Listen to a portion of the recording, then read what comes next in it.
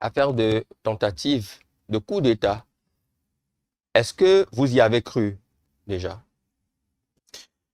Mais oui, moi je suis républicain, Hum, je fais confiance aux institutions de la République. hum, J'ai écouté le procureur spécial de la Criette le 25 septembre dernier hum, à sa conférence de presse. hum, Et j'y ai cru parce que je pense que nos institutions sont là pour nous protéger. hum, Et donc les institutions n'ont aucun intérêt à mentir. Donc hum, voilà, moi j'y ai cru et j'ai d'ailleurs condamné. J'ai hum, été l'un des premiers citoyens hum, béninois à avoir condamné.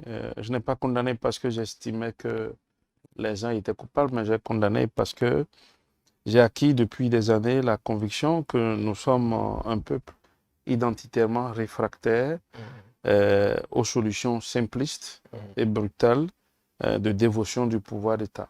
hum. Et donc, je pense que, il fallait condamner cela. Et donc, j'ai condamné Vous avez cet cru acte. que M. Olivier Bokor et M. Oswald Omeki ont pu fomenter ce coup contre l'État béninois? Écoutez, je- j'ai pensé Hum, que des citoyens béninois, ça aurait pu ne pas être M. Bokor ou hum, M. Oswald Koumeki. hum, J'ai pensé que c'est parce qu'ils ont pu le faire hum, que la justice s'est saisie de l'affaire et que le hum, procureur spécial a pu parler de ça. hum, Donc, euh, je ne suis pas à la place de la justice, je ne hum, condamne pas, hum, mais je n'ai aucun intérêt à, à dire hum, que c'est une invention de la part du procureur spécial. Je n'ai pas de preuves pour ça. Et c'est d'ailleurs pour ça qu'on parle de justice, parce que lorsque les situations se présentent, il appartient à la justice maintenant hum, d'éclairer les uns et les autres et de dire le droit, de hum, dire la vérité et de rendre justice. hum. Et je crois que le processus est en cours. C'est vrai qu'il y a une tribune, la vôtre d'ailleurs, à laquelle vous faisiez tout à l'heure référence, en date du 27 septembre 2024, où déjà dans le texte vous dites «J'accuse». Vous dites finalement, cette tentative de coup d'État nous aura-t-elle réveillé? J'espère qu'elle a réveillé la classe politique béninoise. Bon, vous avez repeint un peu le film, tout ce qu'on a suivi le mercredi en toute la journée. Est-ce que à la date d'aujourd'hui, si par exemple il advenait que la justice prononçait un non-lieu pour cette affaire, est-ce que cela ne représenterait pas un désaveu pour vous? Non, je crois que il y a une situation que nous vivons dans notre pays qu'il ne Hmm. faudrait pas que nous perdions de vue. Laquelle? Nous sommes en face de ce Hmm, qu'on peut appeler un délitement moral hmm, de notre société, notamment de ces élites, les hmm. élites politiques, intellectuelles comme économiques. Vous y compris, puisque vous êtes une élite aussi. Bien sûr, Stan. D'accord. La situation elle est générale. Hmm, Stan, oui, écoutez, il ne faut pas que les embellis de ces dernières années hmm, euh, nous empêchent de poser un diagnostic précis hmm, sur les ressorts usés de notre société actuelle. hmm, Notre société est traversée par le mercantilisme et hmm, par le fanatisme. hmm, Et ça fait qu'aujourd'hui, notre République vacille. Parce que cette histoire de tentative de coup d'État, hmm, ce n'est pas la première attaque hmm, contre la République. hmm, Les attaques contre la République dans notre pays depuis des années, hmm, ça existe, hmm, ça se voit. Les 1000 petites fêlures ont peut-être fini par créer aujourd'hui une grande fracture. hmm. Parce que de quoi s'agit-il, Stan? Allez-y, dites-nous. Ça fait longtemps Hmm. que l'intérêt général est souvent, trop souvent méprisé dans notre pays, que l'autorité de l'État est trop souvent bafouée dans notre pays. La faute à qui? Ben, la faute à la classe politique, Hmm, la faute à notre société tout entière. hmm, J'ai dit tout à l'heure que ce qui traverse notre société aujourd'hui, c'est le mercantilisme. hmm, L'argent à tout prix et l'argent absolument par tous les moyens. hmm, C'est le fanatisme. Les gens sont fanatiques au point où, hmm, aujourd'hui, on préfère prendre le parti hmm, des individus contre l'État. hmm, Et je dis, qu'on soit acteur politique, hmm. qu'on soit religieux, Ouais. euh, nos partis politiques, nos religions sont tous des communautés. Or, la République, Hmm, ce n'est pas un ensemble de communautés, ce n'est pas une juxtaposition de communautés. hmm. Du moins, s'il y a une communauté, c'est la communauté nationale. Et quand la communauté nationale se fragilise, quand les lois républicaines sont fragilisées, lorsque l'argent et le fanatisme constituent l'intérêt de tout un chacun d'entre nous, on ne peut pas être à l'abri de ça. Dire que cela n'est pas possible, dire que c'est du mensonge, c'est ne pas avoir évalué quel est aujourd'hui le degré d'affaiblissement moral de notre pays. Moi, et je de ne l'ai notre pas dit société. et je ne sais pas si quelqu'un Non, l'a dit à non, côté de vous. non. Oui, En fait, vous me posiez tantôt la question de savoir pourquoi j'y ai cru. tout à fait. Et je dis, j'y ai cru Mm. parce que je partage l'analyse et la conviction selon laquelle nous traversons une époque difficile dans notre pays. C'est que nous portons tous le mirage d'un progrès construit sur la défaite de l'autorité et sur le vide des repères. Et si vous suivez bien, lorsqu'on parle de tentative de coup d'État, de renverser l'ordre constitutionnel et de renverser le président de la République, avez-vous une idée Je n'en ai claire? pas, je Non, suis... non, avez-vous Oui. une idée claire de la position de l'institution qu'est le président de la République dans notre État? Le président de la République, au terme de la Constitution du 11 décembre 1990, il est l'élu de la nation. Il est l'arbitre entre toutes les institutions. Il est le dernier recours des Béninois. Et il est celui qui représente la continuité de l'État. Imaginez quelle irresponsabilité il y aurait à fragiliser une institution pareille. Et cette institution, elle est fragilisée depuis longtemps dans notre pays, tous les jours. Ce n'est pas quand des gens auraient entrepris des officiers de l'armée pour renverser le président, c'est pas ça le premier coup d'État. Le premier coup d'État contre notre République, contre nos institutions, c'est le bafouement de nos valeurs communes. Lorsque des partis politiques, des citoyens prennent le parti ou le côté de ceux qui sont en porte-à-faux avec la loi, contre l'État, critiquer nos institutions à longueur de journée, ce n'est pas de la démocratie. Cela participe à la fragilisation de notre État. Et si notre État est fragile, Stan, comment ça se passe? Non, on ne va pas critiquer, on va applaudir des pieds et des mains tout le temps. Non, il ne s'agit pas de refuser les critiques, mais il s'agit de faire la différence entre les critiques contre l'autoritarisme et l'autorité de l'État. La liberté, je suis pour une société de liberté, je suis républicain. Il n'y a pas de république sans liberté. Mais, Stan, la liberté d'agir, de penser, il n'y a pas non plus de liberté sans responsabilité. Parce que la noblesse humaine, c'est que chacun soit responsable de ses actes. Une société qui pollue doit être responsable. Un dirigeant qui prend des décisions et qui savait être un échec doit pouvoir assumer. Stan, la responsabilité, c'est la noblesse de l'humanité. Mais à côté de la responsabilité, il y a quoi? Il y a forcément l'autorité. Saint John Pest dit la démocratie, plus que tout autre régime, exige le respect de l'autorité. S'il n'y a plus d'autorité, s'il n'y a plus de repères, s'il n'y a plus personne pour arbitrer, s'il n'y a plus personne pour dicter le comportement, s'il n'y a plus personne, qu'est-ce que ce serait? Imaginez une salle de classe où il n'y a pas d'enseignant, où il n'y a pas de professeur. Chacun fait ce qu'il veut. Est-ce qu'une société comme ça peut se développer? Est-ce qu'une société comme ça peut se retrouver dans notre monde dans lequel nous sommes, qui est un monde de rupture? Et donc, ne pas croire ce qui est venu de l'institution, c'est en fait fragiliser davantage nos institutions. Stan, pour moi, être béninois, c'est accepter une entité collective qui préexiste à sa propre identité. Si nous rejetons cette entité collective, qu'est le Bénin? Qu'est l'état du Bénin?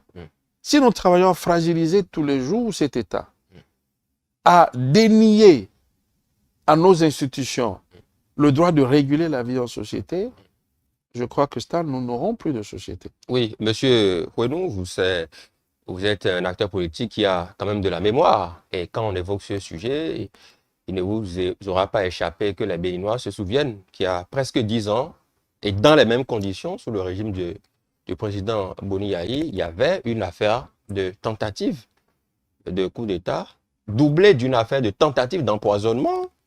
Et le premier qui était cité, le principal accusé à cette époque, était rien d'autre que Patrice Talon, à l'époque opérateur économique. Il était très ami avec Boni Yayi, qui était chef de l'État à l'époque. Et les Béninois se disent, après tout ceci, il y a eu un non-lieu, on sait tout ce qui a suivi, on ne va pas refaire l'histoire pour ceux qui nous suivent. Et donc, quand le même contexte revient, les Béninois se disent peut-être, est-ce qu'après, on ne va pas aboutir à un non-lieu? Vous parlez des institutions de la République. En son temps, Boni Yayi était une institution, il était président de la République. Ça aboutit à un non-lieu, malgré que le commissaire central d'alors, Louis-Philippe Houndéian, a exhibé des preuves. Tout ce qu'on a vu, les images sont encore là. Et donc, que dites-vous de ceux qui ont du mal à croire en une telle affaire, vu aussi, et là je vous relance sur la question, vu aussi la proximité avec le chef de l'État, des personnes qui sont citées dans une telle affaire? Stan, la justice a son langage. La justice, c'est des faits. Ce que vous appelez des preuves peuvent être des preuves aux yeux du profane que vous et moi nous sommes. Et à l'analyse, la justice pourra trouver, comme vous l'évoquiez, que ces preuves ne sont pas recevables. Je dis, reconnaître et condamner cette tentative de coup d'État, c'est d'abord donner la force à nos institutions. Cela ne préjuge pas du verdict final du procès. Ce n'est pas parce que nous condamnons d'abord par réflexe démocratique, par confiance en nos institutions républicaines. Parce que mettre en doute nos institutions, c'est fragiliser toute notre société. C'est ce que je veux que vous compreniez. Et les Béninois vous rappellent qu'il y a eu une affaire du genre, il y a presque 10 ans, qui s'est soldée par un non-lieu. Mais toutes les affaires ne se soldent forcément pas par des condamnations. Et c'est cela aussi qui montre la liberté et l'indépendance de notre justice. Parce que la justice, elle travaille avec le sang-froid. Elle analyse. J'ai écouté ce matin sur les réseaux sociaux l'intervention d'un des avocats des mises en cause qui disait que la justice, ce n'est pas la déduction, mais que ce sont des faits. Et donc, il se peut qu'au finish, on ait un non-lieu. Mais la question que vous me posiez n'est pas de savoir si a priori la prise de position pour condamner cette tentative de remise en cause de l'ordre constitutionnel n'est pas ou n'équivaut pas à une condamnation des prévenus. Non, pas du tout. Parce que c'est la justice qui dit le droit. Mais la question qui se pose, Stan, elle est celle-ci. Quelle société est-ce que nous voulons construire si nous décrédibilisons à longueur de journée nos institutions? Sans la République, il n'y a pas de démocratie. Sans la République, il n'y a pas d'état de droit. Sans la République, il n'y a que l'état de la nature. Il n'y a que chacun compte sur sa force pour agir. La République, elle est là pour garantir à chacun sa sécurité, pour garantir à chacun ses droits. La République, c'est les devoirs de tous. Et les droits de chacun ne sont garantis que par les devoirs de tous. Si chacun exempte à ses devoirs, plus personne n'aura de droits. Alors, qui est-ce qui protège ces droits? Qui est le garant de ces droits? C'est l'État, les institutions, et au cœur de ces institutions, le président de la République. J'ai dit, il est le dernier recours des Béninois, il est la continuité de l'État, et il est l'arbitre de toutes les institutions. Est-ce que le chef de l'État peut se tromper en tant que personne humaine? Est-ce que l'institution qu'il incarne à l'aune de l'exercice du pouvoir, elle peut se tromper? Parce que, bien sûr. Le chef de l'État... Oui, on a suivi sur cette question-là la sortie du procureur spécial, la Criette, qui n'a pas rassuré tous les Béninois, puisqu'il a évoqué des faits, l'ouverture d'un compte en Côte d'Ivoire, par exemple, et la NCA Côte d'Ivoire est sortie via un communiqué pour relever, pour faire quelques précisions. Donc, à mon avis, le rôle du procureur de la République n'est pas de rassurer, encore moins de convaincre. C'est de présenter les faits et les éléments de preuve qu'il a à sa disposition, qui lui permettent de poursuivre devant notre justice, qui est rendue au nom du peuple béninois, bien sûr, des mises en cause. Le procureur l'a fait. Et si NCA Côte d'Ivoire réagit, c'est une institution crédible. Il est donc légitime que lorsque son nom ou l'institution a été citée dans une affaire répréhensible, que l'institution réagisse en disant ce qu'elle sait de l'affaire. Maintenant, si nous estimons qu'il y a des contradictions, il appartiendra au service du procureur spécial de voir avec cette institution quelles sont les réelles informations. Et je ne pense pas que ce procès puisse aller au bout sans que les services du procureur ne le fassent. Mais Stan, ce que je demande et que vous ne comprenez pas, quelle est cette facilité que nous avons à mettre systématiquement en doute nos institutions? Nous les fragilisons, c'est ce que je suis en train de vous dire. Bon, on a l'impression que vous aussi, vous croyez systématiquement, à l'aveugle pratiquement, Non, aux institutions de la République. Le procureur ne condamne pas. Le procureur poursuit. Et donc, le procureur sort en disant, il y a des éléments à mon niveau qui permettent de penser que de hautes personnalités de la République ont entrepris des officiers de l'armée pour remettre en cause l'ordre constitutionnel de notre pays. C'est au regard de cela que j'ai ordonné aux forces de police de les mettre aux arrêts et je vais les poursuivre. Mais pourquoi est-ce que je dis, ah non, ces personnes ne peuvent pas faire cela. Ah non, ces personnes sont trop proches du chef de l'État. Ces personnes ne peuvent pas agir ainsi, donc je remets en cause systématiquement ce que le procureur dit. Ça veut dire que j'enlève même la possibilité au procureur de poursuivre. Je lui redénie le droit de poursuivre. Mais c'est son rôle dans la République. Parce que son rôle, c'est de maintenir l'ordre. Mais Stan, et si nous lui dénions ce droit et que c'était vrai? Si le procureur a été informé et n'avait pas arrêté le processus, où est-ce que nous serons? Voilà pourquoi je vous disais tantôt que nos institutions sont là pour nous protéger. Parce que l'État nous protège. Si nos institutions tombent, si nos institutions sont décrédibilisées, si nous mettons systématiquement en doute tout ce que nos institutions disent, c'est que nous sommes en train de nous résoudre que nous n'avons plus d'État. Et si vous croyez systématiquement à tout ce qui se fait, c'est que c'est la bonne formule? Mais je pose la question, Stan, c'est simple. Le procureur poursuit et le juge décide de condamner ou de relasser. Vous évoquiez tantôt ce qui s'est passé il y a de cela quelques années. Le procureur a poursuivi, mais en fin de compte, le juge a dit non-lieu. La justice a été dite. Mais quand on dit un non-lieu pour une affaire de cette envergure, justement, est-ce que quelque part, ça ne pose pas problème? Mais parce que vous ne comprenez pas le langage de la justice, le langage de nos institutions. Il peut avoir des preuves et la justice peut déclarer non-lieu. Ça dépend des conditions dans lesquelles les preuves ont été recueillies. Ça dépend de qu'est-ce qui a été mis en œuvre. Et donc, à partir de cet instant, la justice est libre. Le procureur spécial, dans sa sortie, a évoqué des chiffres qui sont restés. Nous ne les avons pas inventés, on l'a suivi comme tout le monde. Il a dit qu'il a été ouvert un compte, on y a déposé en CFA à 105 millions. Et la NCA, Côte d'Ivoire, a réagi en rectifiant qu'il n'y a pas eu de compte à ce propos et que le compte qu'il y a eu, c'est un compte NCA Prestige sur lequel a été déposé CFA 55 millions de francs CFA. Alors la disparité des chiffres déjà, 105 millions évoqués par le procureur sur un compte, 55 millions évoqués par NCA Côte d'Ivoire. Est-ce que les Béninois ne s'embrouillent pas finalement? Est-ce que la disparité des chiffres au niveau des montants est suffisante pour mettre en doute qu'il y ait eu une volonté ou qu'il pourrait y avoir une volonté de remettre en cause l'ordre constitutionnel? Est-ce que un coup d'État tel que ça s'entend, est-ce que c'est à 50 millions près qu'un coup d'État est réel ou faux? Est-ce que c'est à 50 millions près? Certains estiment que le procureur aurait dû recueillir tous les éléments de façon précise. Parce que quand on évoque des chiffres et qu'il y a des écarts... Lorsque des personnalités de cette facture ont été appréhendées, c'est normal, on les a privés de leur liberté.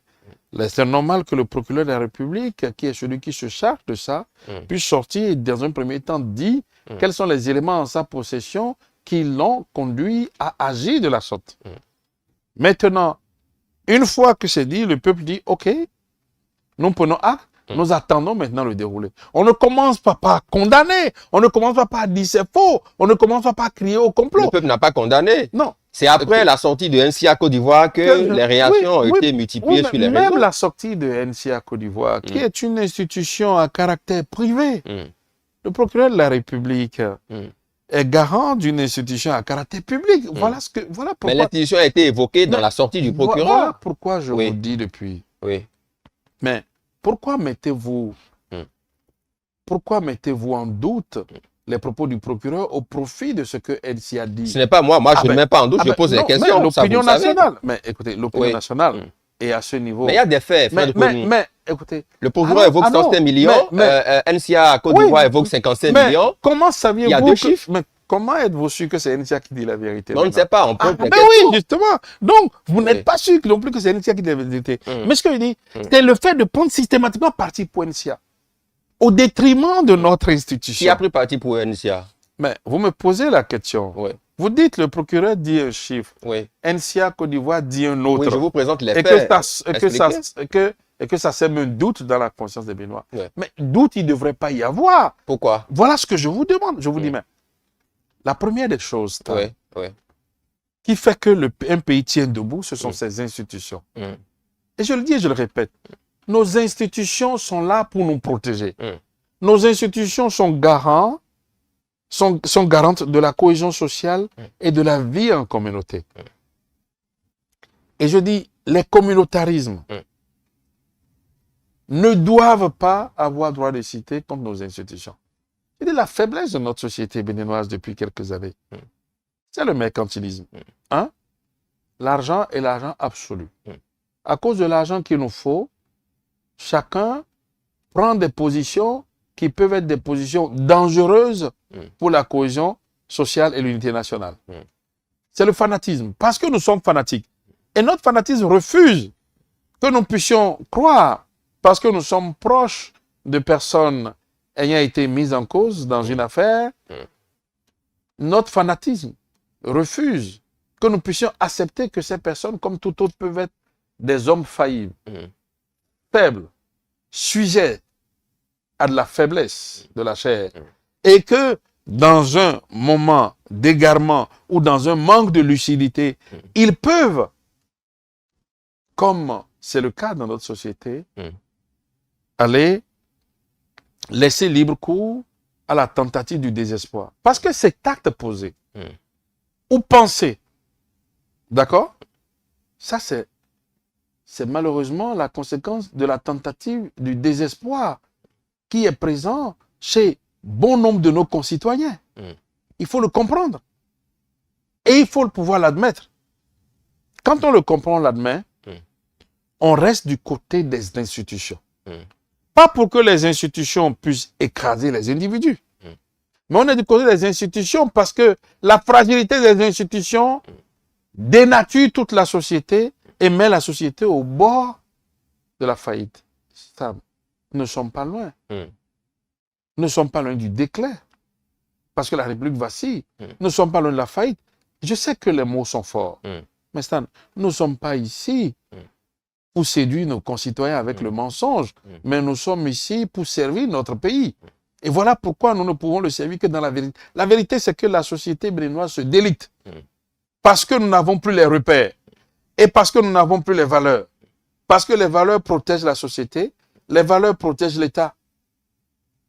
Dans ces conditions, il y a vraiment de quoi réfléchir. On a vu des communiqués spontanés des deux partis qui soutiennent le chef de l'État. Je veux parler de l'Union progressiste, le Renouveau, et de votre parti, le Bloc républicain. Vous avez condamné systématiquement toute idée de remise en cause de l'ordre constitutionnel. Vous avez réaffirmé votre soutien au chef de l'État. En avait-il besoin? Que le chef de l'État en ait besoin ou pas, là n'est pas la question. Mais il s'agit d'avoir, dans ce contexte, un réflexe démocratique. Parce que, pourquoi condamner ce fait? C'est de ça dont il s'agit. Parce que le message de notre peuple est un message qui est réfractaire à la dévotion du pouvoir pas les armes. Donc, on condamne, systématique. Et c'est le rôle d'un parti politique. Est-ce que vous n'aurez pas mieux fait de vous arrêter à la condamnation parce que, plutôt que de manifester votre soutien au chef de l'État et parce tout que, qu'est-ce que vous par venez la de dire? suite? Un soutien manifesté au chef de l'État. Mais qu'est-ce que vous voulez remettre en cause? Le chef de l'État. C'est pas Patrice Talon, non. Mais on veut remettre en cause le chef de l'État. Un État qui est décapité n'est plus un État. Un État qui reste une journée sans chef, qui soit en mesure de donner les directives, n'est plus un État. Pendant ce temps, il n'y a plus du tout de liberté. Il n'y a plus de respect des droits humains. Et donc, je crois que une chose est de condamner, mais une chose est de réaffirmer le soutien au chef de l'État pour lui montrer que toutes les institutions du pays sont solidaires et reconnaissent le rôle primordial qu'est celui du président de la République et que nous voudrions continuer dans une République. D'accord. On sait que cette situation fait couler beaucoup d'encre et de salive.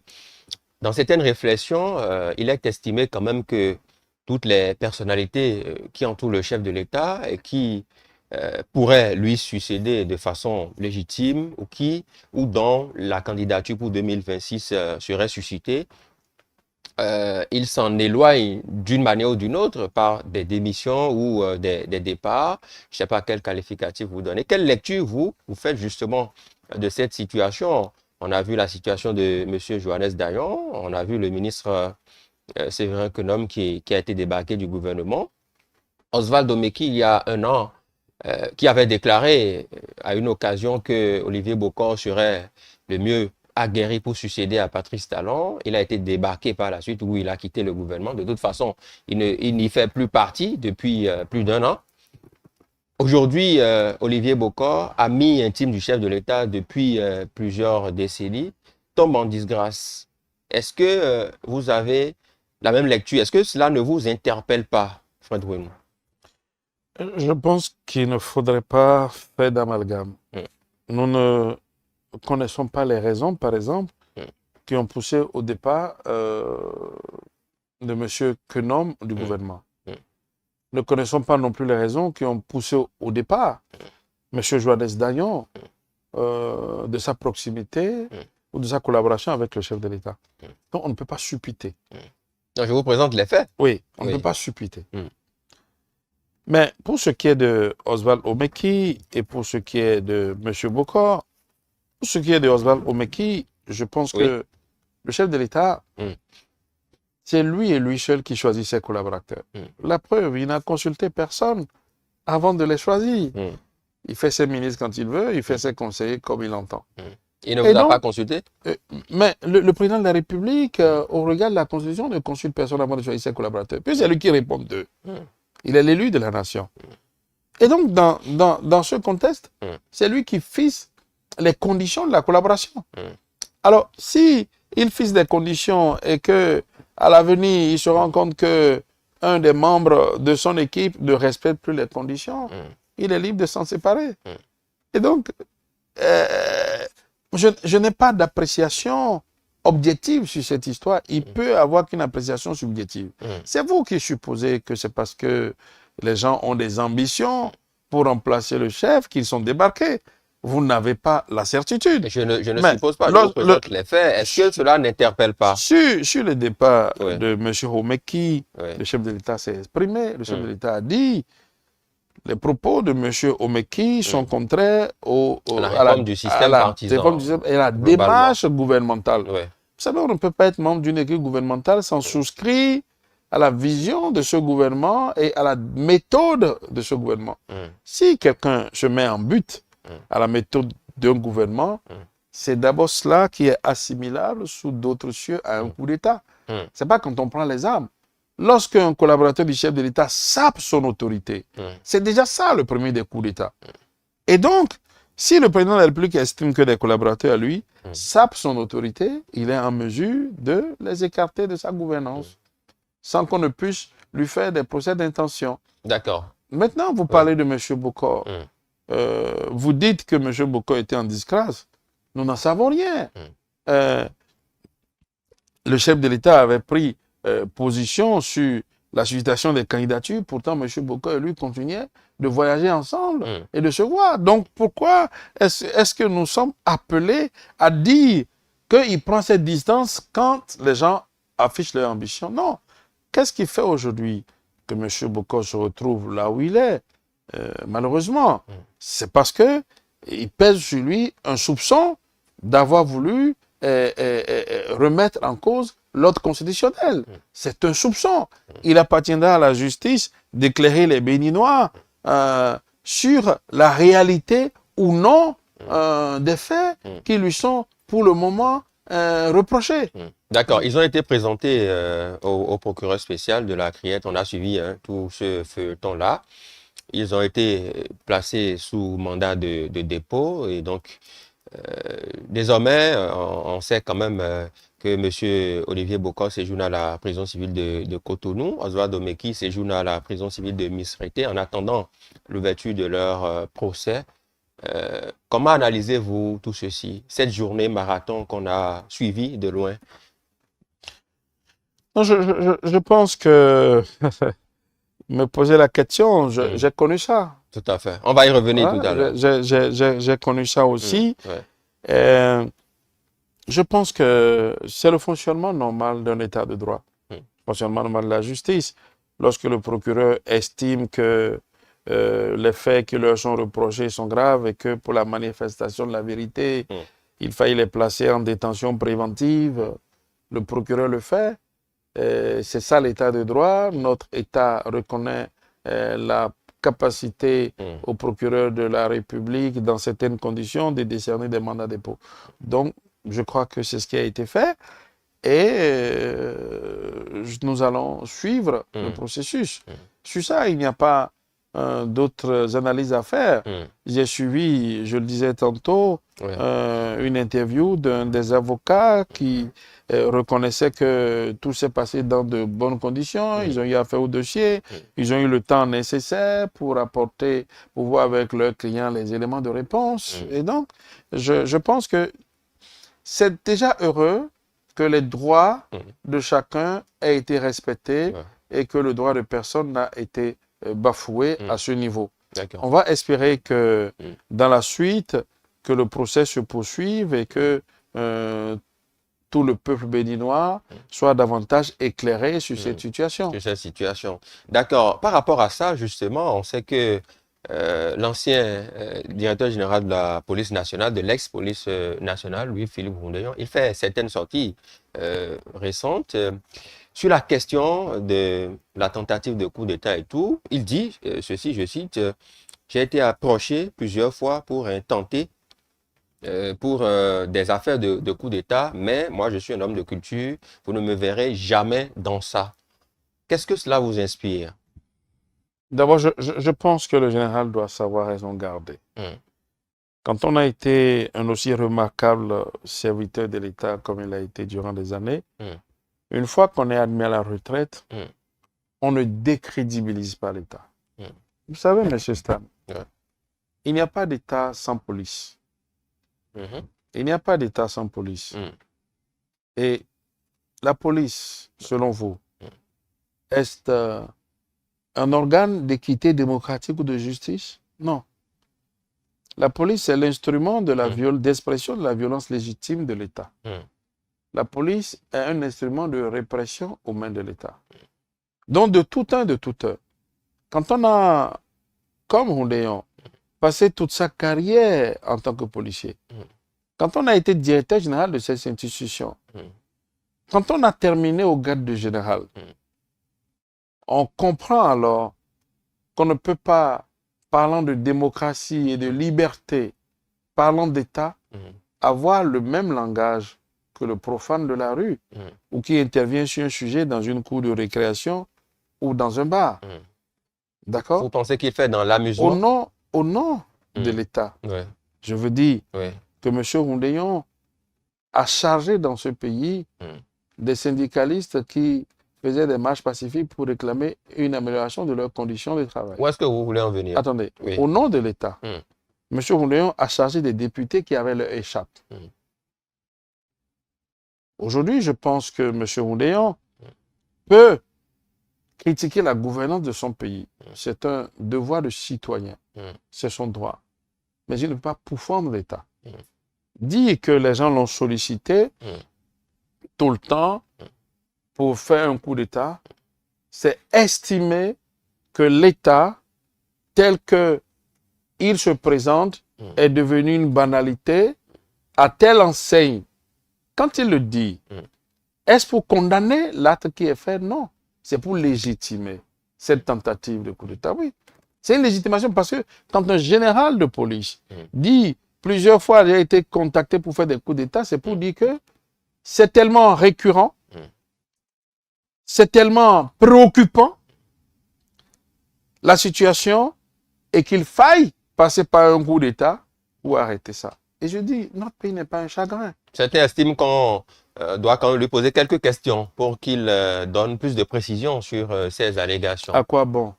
Je pense que le général il est en train de pourfendre l'État.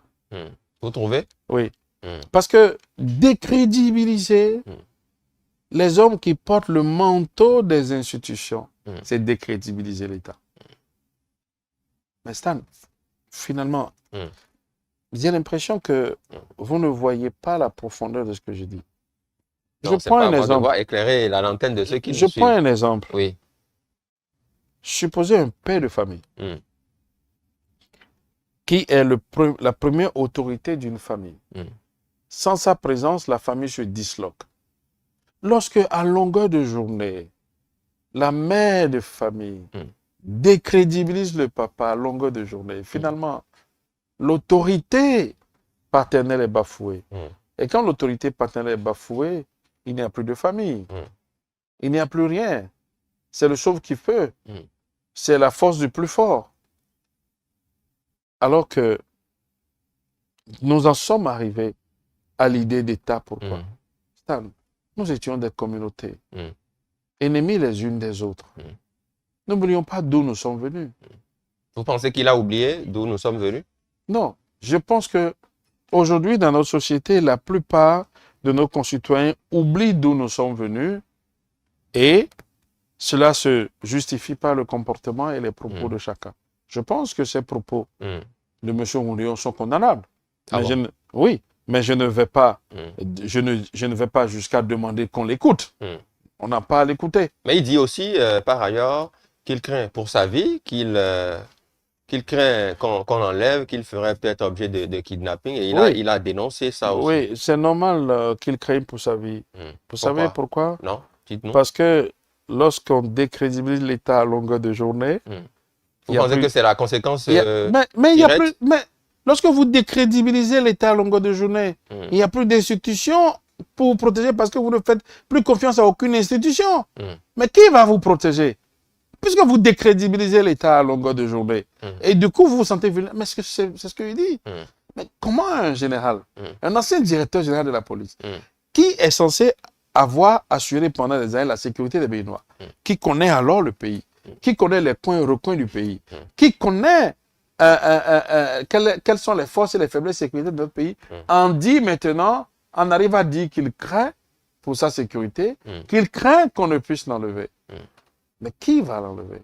L'État n'enlève personne. Mais il n'a pas dit que c'est l'État. La police n'enlève personne. Donc, alors, s'il pense que d'autres citoyens, notamment qui dans la société ont pour principale âme le mépris de la vie sociétale, peuvent agir contre lui, qui va le protéger maintenant? C'est un flic qui parle. Peut-être qu'il sait de quoi il parle. Oui, maintenant il dit, il parle pour que qui le protège? C'est ce que je disais. Donc vous pensez qu'il n'a pas à donner l'alerte? Non. Je pense qu'il donne l'alerte, mais on peut pousser le débat loin. Pourquoi notre société, pourquoi en arrive-t-il à craindre pour sa vie? Pourquoi il craint pour sa vie dans une société dans laquelle la police existe et joue son rôle? Pourquoi en arrive-t-il à craindre?